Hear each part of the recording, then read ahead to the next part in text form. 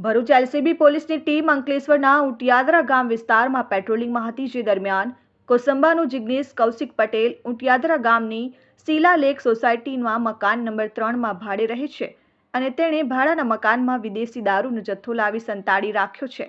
અને તે હાલ ઘરમાં જ હાજર હોવાની માહિતી મળી, જે માહિતીના આધારે એલસીબી પોલીસની ટીમે શીલા લેક સોસાયટીમાં રેડ કરતા ઘરમાંથી વિદેશી દારૂનો મોટો જથ્થો મળી આવ્યો છે। એલસીબી પોલીસે જિગ્નેશ પટેલની ધરપકડ કરી ₹3 લાખ ઉપરાંતનો વિદેશી દારૂનો જથ્થો, એક મોબાઈલ અને રોકડા ₹55,000 મળી કુલ ₹4,06,000 ઉપરાંતનો મુદ્દામાલ કબજે કરી જિગ્નેશ પટેલની સઘન પૂછપરછ કરતા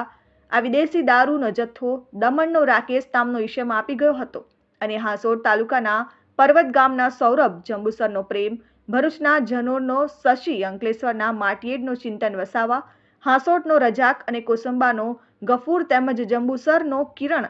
તથા મુરલી ચૌધરી અને કોસંબાના મહેશ નામના ઈસમોને વેચાણે આપવાનો હતો।